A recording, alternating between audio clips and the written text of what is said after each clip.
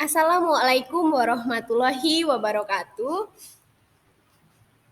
Kami dari kelompok 7 kelas 10 IPS 3 ingin membahas tentang Kerajaan Cirebon. Perkenalkan, nama anggota kami Anissa Nuraini Nastiti, Bintang Putra Mahendrayana, Rindan Rimbi Rindani, dan Zahwa Ayu Afifah. Yang pertama, kita akan membahas tentang sejarah Kerajaan Cirebon. Kerajaan Cirebon merupakan sebuah kerajaan bercorak Islam ternama yang berasal dari Jawa Barat. Kesultanan Cirebon juga merupakan pangkalan penting yang menghubungkan jalur perdagangan antar pulau. Kesultanan Cirebon berlokasi di pantai utara Pulau Jawa yang menjadi perbatasan antara wilayah Jawa Tengah dan Jawa Barat. Ini membuat Kesultanan Cirebon menjadi pelabuhan sekaligus jembatan antara dua kebudayaan, yaitu budaya Sunda dan Jawa. Menurut Sulendraningrat yang mendasarkan pada naskah Babat Tanah Sunda dan Atja pada naskah Carita Purwaka Caruban Nagari, Cirebon mulanya adalah sebuah dukuh kecil yang awalnya didirikan oleh Ki Gedeng Tapa, yang lama-kelamaan berkembang menjadi sebuah perkampungan ramai dan diberi nama Caruban, atau bahasa Sundanya yaitu campuran. Dinamakan Caruban karena di sana ada percampuran para pendatang dari berbagai macam suku bangsa, agama, bahasa, adat istiadat, latar belakang, dan mata pencaharian yang berbeda. Mereka datang dengan tujuan ingin menetap atau hanya berdagang. Karena awalnya hampir sebagian besar pekerjaan masyarakat adalah sebagai nelayan, maka berkembanglah pekerjaan lainnya seperti menangkap ikan dan udang kecil di sepanjang pantai yang bisa digunakan untuk pembuatan terasi, lalu ada juga pembuatan petis dan garam.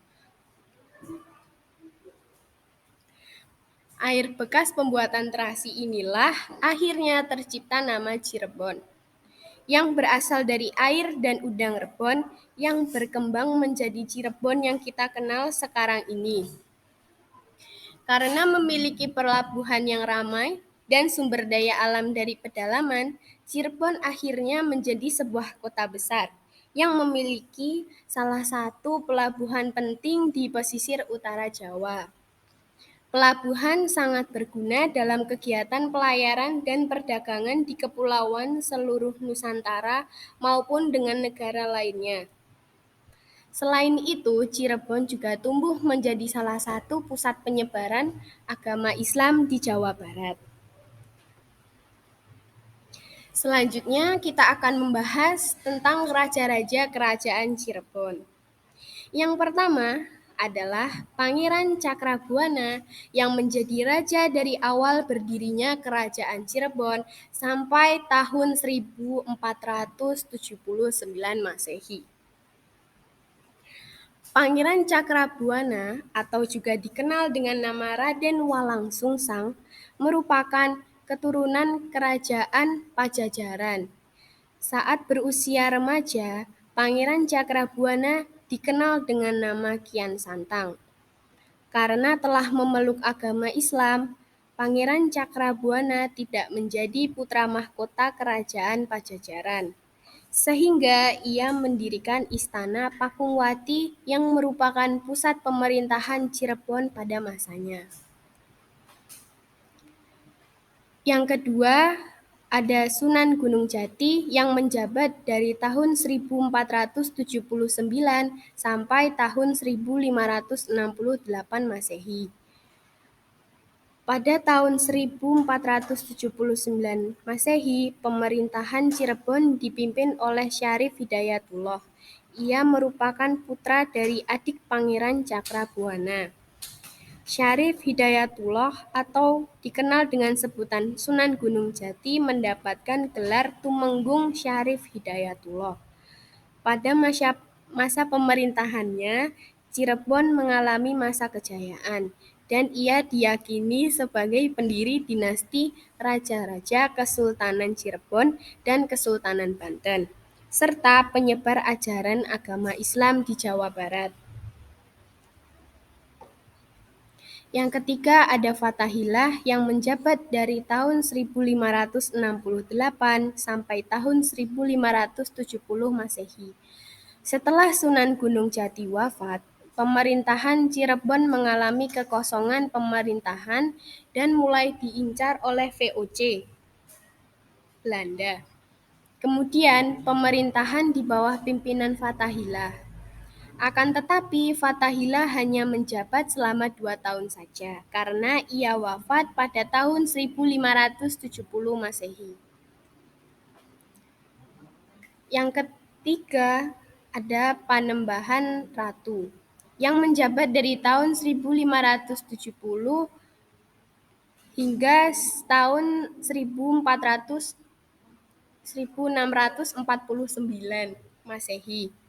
Setelah Fathahillah wafat, pemerintahan Cirebon jatuh kepada Pangeran Emas. Ia merupakan cucu Sunan Gunung Jati. Pangeran Emas mendapatkan gelar Panembahan Ratu pertama dan memerintah Kesultanan Cirebon selama 79 tahun, yang kemudian ia wafat pada tahun 1649 Masehi. Yang keempat merupakan Panembahan Ratu kedua dari tahun 1649 sampai tahun 1677 Masehi. Panembahan Ratu kedua menjabat sebagai Raja Cirebon menggantikan kakeknya, Pangeran Emas. Panembahan Ratu kedua atau juga dikenal dengan nama Panembahan Adiningkusuma atau Pangeran Rasmi. Sultan Panembahan Ratu kedua wafat pada 1677 di Kartasura. Berikutnya, Cirebon terpecah menjadi 3 bagian dan menimbulkan terbentuknya 4 keraton dengan para sultannya. Selanjutnya kita akan membahas tentang puncak kejayaan Kerajaan Cirebon. Pada tahun 1479 sampai tahun 1568 Masehi, Kerajaan Cirebon dipimpin oleh raja terkenal yang bernama Syarif Hidayatullah atau Sunan Gunung Jati. Kepopuleran nama Sunan Gunung Jati sebab diyakini sebagai pendiri dinasti raja-raja Kesultanan Cirebon dan Kesultanan Banten. Beliau juga menyebarkan ajaran agama Islam di Jawa Barat. Sunan Gunung Jati memperluas wilayah Cirebon hingga ke Banten, Sunda Kelapa, dan Raja Galuh. Dan di bidang perekonomian, Sunan Gunung Jati fokus pada perdagangan antar bangsa seperti Campa, Malaka, India, dan Arab. Berikutnya kita akan membahas tentang peninggalan-peninggalan Kerajaan Cirebon. Yang pertama, bangunan Keraton Kasepuhan di Cirebon yang dibangun oleh Pangeran Cakrabuana. Keraton Kasepuhan adalah keraton Cirebon yang terletak di Kelurahan Kasepuhan, Lemah Wungkuk, Cirebon. Keraton ini dahulu bernama Keraton Pakungwati yang merupakan pusat pemerintahan Kesultanan Cirebon. Saat ini keraton ini berfungsi sebagai museum untuk menyimpan benda pusaka dan lukisan koleksi kerajaan. Salah satu koleksi di dalam keraton ini adalah kereta Singa Barong.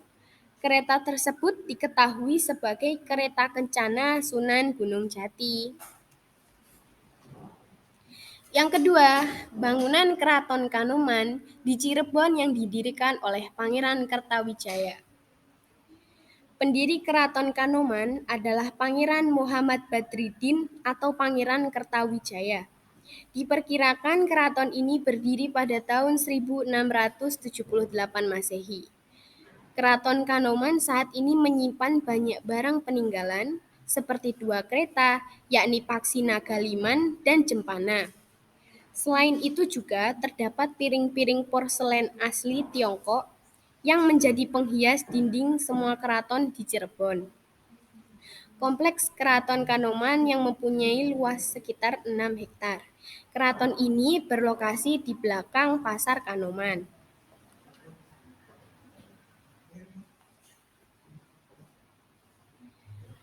Yang ketiga ada bangunan Keraton Kacirebonan.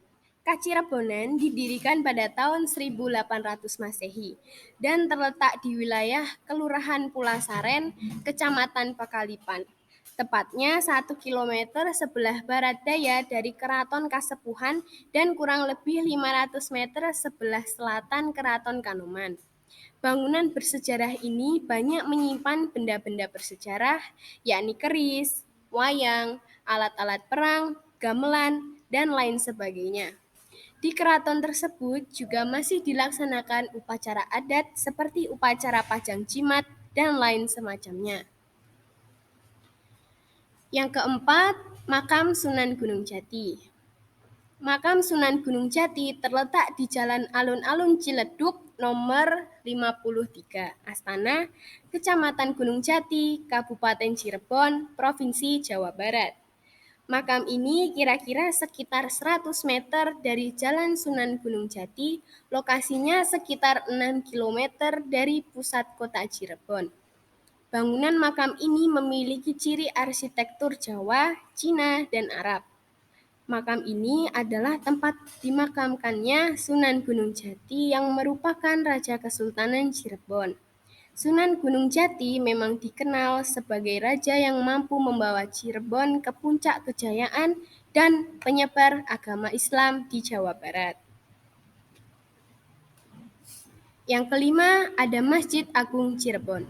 Masjid Agung Cirebon atau juga disebut dengan Masjid Agung Sang Cipta Rasa atau Masjid Agung Kasepuhan. Masjid Agung Sang Cipta Rasa memiliki makna pengejawantahan dari rasa dan kepercayaan. Masjid ini berada di Kompleks Keraton Kasepuhan. Pada tahun 1498, masjid bersejarah ini dibangun oleh Wali Songo dengan prakarsa Sang Sunan Gunung Jati. Konon, ceritanya masjid ini hanya dibangun dalam 1 malam saja. Keesokan harinya, masjid sudah digunakan untuk sholat subuh. Yang keenam, Keraton Keprabon. Peninggalan kerajaan Cirebon selanjutnya adalah Keraton Keprabon. Keraton Keprabon adalah sebuah tempat pembelajaran yang didirikan putra mahkota Kesultanan Kanoman yang merupakan pembagian dari Kesultanan Cirebon. Pangeran Raja Adipati Keprabon memilih untuk mendalami ilmu keagamaannya di agama Islam. Akan tetapi Keprabon bukanlah keraton atau kesultanan, melainkan sebuah tempat yang dibangun oleh Pangeran Raja Adipati untuk mendalami agama Islam seperti tarekat. Keprabon tidak mempunyai keraton melainkan hanya rumah-rumah biasa. Akan tetapi Keprabon tetap mempunyai bau peninggalan sejarah dari Kesultanan Cirebon meskipun sedikit. Yang ketujuh, Kereta Singabarong Kasepuhan.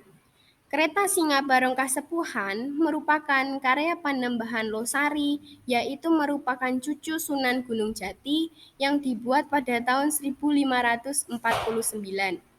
Depan kereta Singabarong berbentuk belalai gajah yang melambangkan persahabatan Kesultanan Cirebon dengan negara India. Dan yang berkepala naga melambangkan persahabatan dengan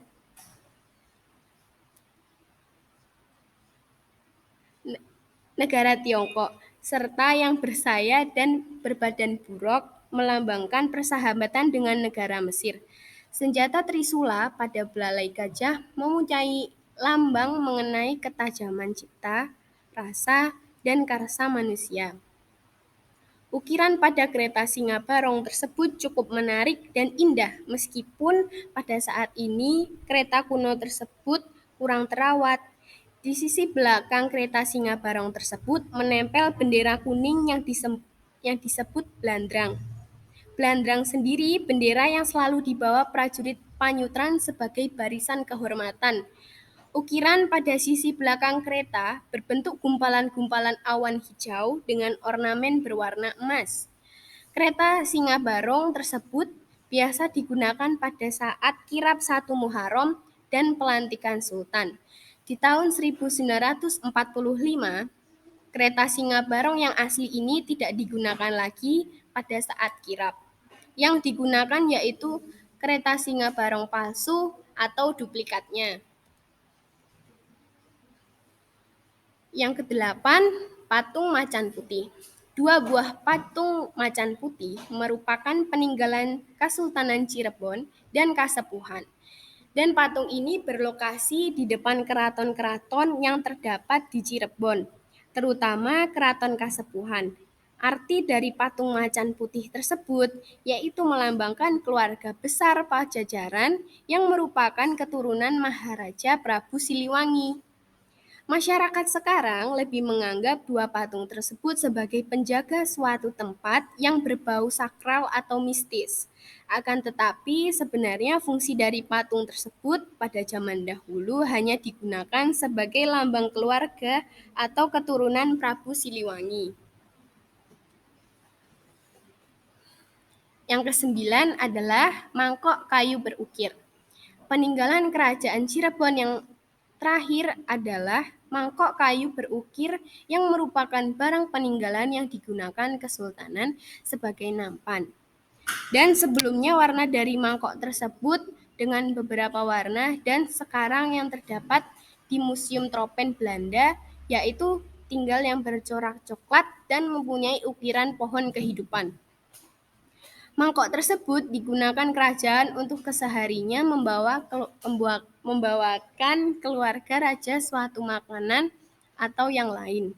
Arti dari corak ukiran tersebut melambangkan silsilah sebuah kehidupan yang panjang.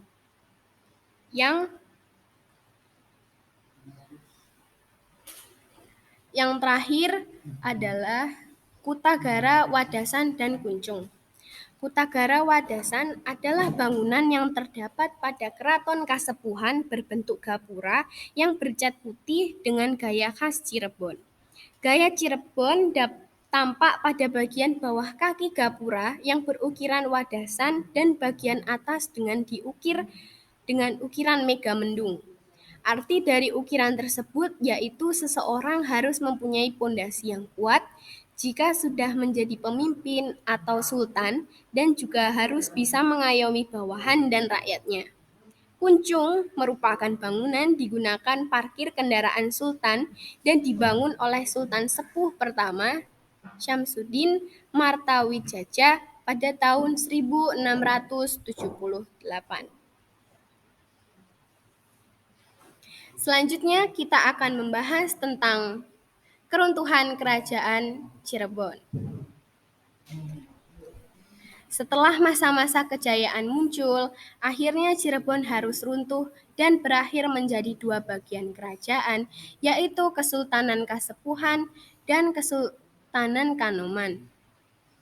Penyebab runtuhnya pemerintahan Cirebon karena adanya masalah politik yang terjadi di antara Kerajaan Mataram Islam, Kerajaan Banten, serta VOC Belanda. Hal ini dimulai ketika Panembahan Kirilaya memimpin pada tahun 1649 sampai 1662. Pada waktu itu, Panembahan Kirilaya datang untuk berkunjung ke Mataram.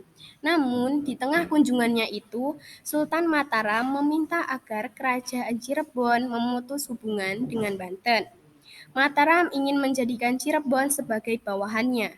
Namun, Panembahan Kirilaya menolak. Karenanya, Panembahan Kirilaya dan dua putra mahkotanya ditahan di Mataram. Tahun 1662, Panembahan Kirilaya wafat dan selama 16 tahun Cirebon tidak memiliki pemimpin.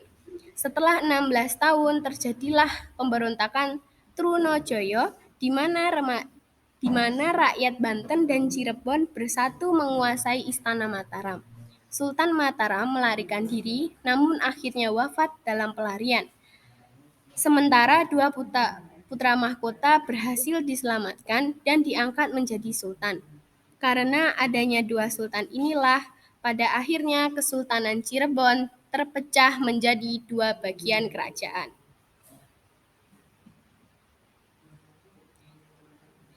Itu dia sedikit cerita kerajaan Cirebon dari kami. Kurang lebihnya mohon maaf. Jangan lupa share ke teman-teman kalian. Terima kasih. Wassalamualaikum warahmatullahi wabarakatuh.